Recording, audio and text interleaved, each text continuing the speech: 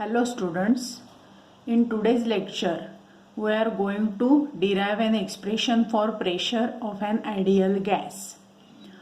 Now before going to the derivation, let us understand some concepts. In this chapter, the topic 3.3, that is ideal gas and real gas. Topic 3.4, mean free path. They are deleted for this year. But these concepts are necessary for the derivation. Therefore, let us understand these concepts. Now, first is ideal gas and real gas. Now, ideal gas is that gas for which there is no interaction between the molecules of gas. That is, the gas for which there is no interaction between the molecules, such gas is called as an ideal gas. No real gas is an ideal gas because for real gas there is interaction between the molecules. But if the molecules of real gas, they are apart from each other, then the interaction between the molecules is negligible, and this is possible for three different conditions. One is low density, second is low pressure, and third is high temperature. Now if density of gas is low, then molecules of gas are apart from each other. When pressure of gas is low, then molecules of gas are apart from each other, and when temperature is high, the molecules of gas are apart from each other.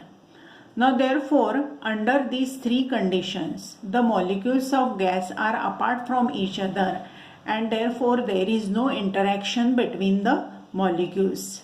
Under these three conditions, real gas behaves as an ideal gas. Now, second concept is mean free path. Now, we know that when we consider gas molecules, then gas molecules are always in random motion as shown in the figure. The molecules are randomly moving in the container. Now, what is free path? Before going to free path, we consider that gas molecules, when they are in random motion, they collide with each other and they collide with walls of container. Now, free path is the distance traveled by the molecules between the two successive collisions. And mean free path is average distance traveled by the molecules with constant velocity between two successive collisions. Now, unit of this mean free path is angstrom unit. Now, this mean free path is inversely proportional to the density of gas, and it is also inversely proportional to the size of molecules. If density of gas is high, then it means that there are large number of molecules in small volume. Now therefore, naturally the distance traveled by the molecules between two successive collisions is small, that is mean free path is small. If the size of gas molecule is greater, then in that case also the average distance traveled by the molecule between two successive collisions is small, that is mean free path is small. Therefore, mean free path is inversely proportional to the density of gas, and mean free path is also inversely proportional to the size of molecules. Now this is about the mean free path. Now third concept is root mean square velocity. Now consider n molecules of an ideal gas. Now they are moving with velocities v1, v2, v3 up to vn. Then root mean square velocity is given by, it is called as Vrms, which is equal to under root of v bar square, which is equal to under root of v1 square plus v2 square plus up to vn square divided by n. Therefore, root mean square velocity is defined as the square root of mean square velocity. Root mean square velocity is square root of mean square velocity, that is Vrms is equal to under root of v1 square plus v2 square plus up to vn square divided by n. Now these are the concepts of ideal gas and real gas, mean free path and root mean square velocity. Now let us derive an expression for pressure of an ideal gas. Now for that, let us turn the page.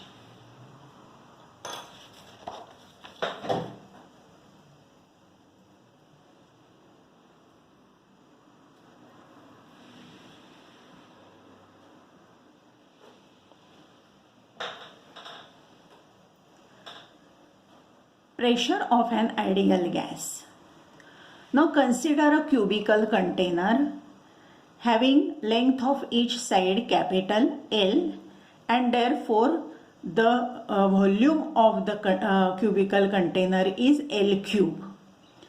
Now the cubical container is such that the sides of the cubical container, they are parallel to coordinate axis, that is axis x, y and z. Now let n moles of gas are filled up in this cubical container, and it is and the walls of container, they are kept at constant temperature, say temperature T. Now we know that the molecules of gas, they are always in random motion. Now during their motion, they collide with each other and they collide with walls of the container. Now here we assume that the collision between the molecules, there is no collision between the molecules, but here we consider only the collision of molecules with the walls of container, and here we also assume that collision of molecule with the walls of container is elastic collision. Now consider one particular molecule and it is moving with velocity v. Now it is moving with velocity vector v. Vx, Vy and Vz, these are the three components of velocity along x, y and z axis. Now we consider only the motion of molecule along x axis. That is, molecule is moving with velocity Vx and it is moving towards the shaded wall. Now as it moves towards the shaded wall and when it collides with the wall, as the collision is elastic, the molecule rebounds back with the same velocity having magnitude Vx, but the direction is opposite. Now as molecule collide with the wall with velocity plus Vx and it rebounds back with the velocity minus Vx, there is change in the momentum of molecule, and change in the momentum of molecule is given by delta px is equal to, that is change in the momentum is final momentum minus initial momentum. Now the final momentum is minus mvx. Now this minus sign indicates that after collision, molecule moves in the negative direction of x-axis. Therefore there is this negative sign. Therefore it is minus mvx minus initial momentum is mvx. Therefore, change in the momentum is minus 2 mvx. Now, this momentum is lost by the molecule. Therefore, there is negative sign. That is, negative sign indicates that molecule lost this momentum, and that momentum is gained by the wall.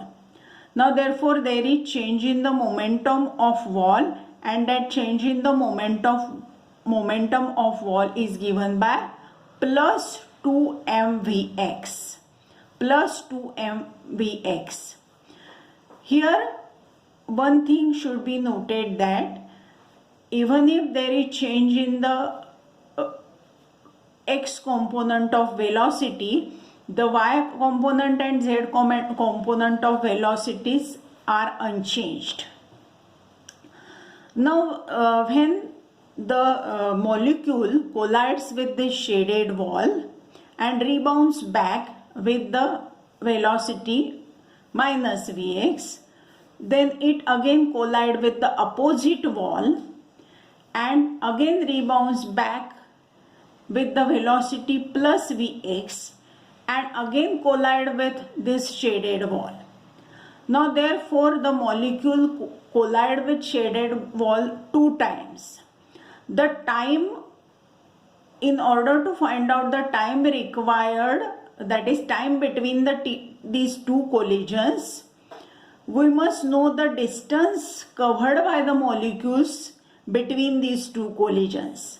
The distance covered by the molecules between these two collisions is 2L, and this distance is covered by the molecules with velocity Vx. Therefore, the time between the two collisions is given by delta T is equal to distance covered between the two collisions divided by velocity. Therefore, delta T is equal to 2L upon Vx. Now, therefore, this is time. Now, due to this collision, molecule exert force on the wall. Now, the average force exerted by the molecule on the wall is given by average rate of change of momentum. That is, change in the momentum divided by time. Change in the momentum is given by 2 mvx, and time between the two collisions is given by 2L upon Vx. Now, therefore, this comes out to be mvx square by L. Now, Vx1 indicates the velocity of molecule in x direction for molecule 1. Now, if we consider all the molecules, then average force exerted by the molecules on the wall is given by m by L into bracket Vx1 square plus Vx2 square plus and so on up to Vxn square for n molecules. Now, average pressure is force upon area. Now, therefore, average pressure is equal to average force upon area of shaded wall. Now, therefore, pressure is equal to average force is mvx1 square plus vx2 square plus up to vxn square upon L, and area of shaded wall is L square. Now, therefore, pressure is equal to mn vx bar square upon capital V. Now, Vx bar, for that we know that Vx bar square is equal to Vx1 square plus Vx2 square plus up to Vxn square upon n. That is, it is mean square velocity in x direction. Now, therefore, Vx1 square plus Vx2 square plus up to Vxn square is given by n Vx bar square. Also, volume of the container is L cube. Now, therefore, the expression for pressure is P is equal to mn Vx bar square upon capital V. But the velocity square V bar square is Vx bar square plus Vy bar square plus Vz bar square. As there is symmetry, Vx bar square is equal to Vy bar square is equal to Vz bar square, which is equal to 1/3 V bar square. Now therefore, we have the final expression for average pressure is P is equal to 1/3 N upon capital V mV bar square. Now this is the expression for pressure for an ideal gas. Now we stop here for today's lecture.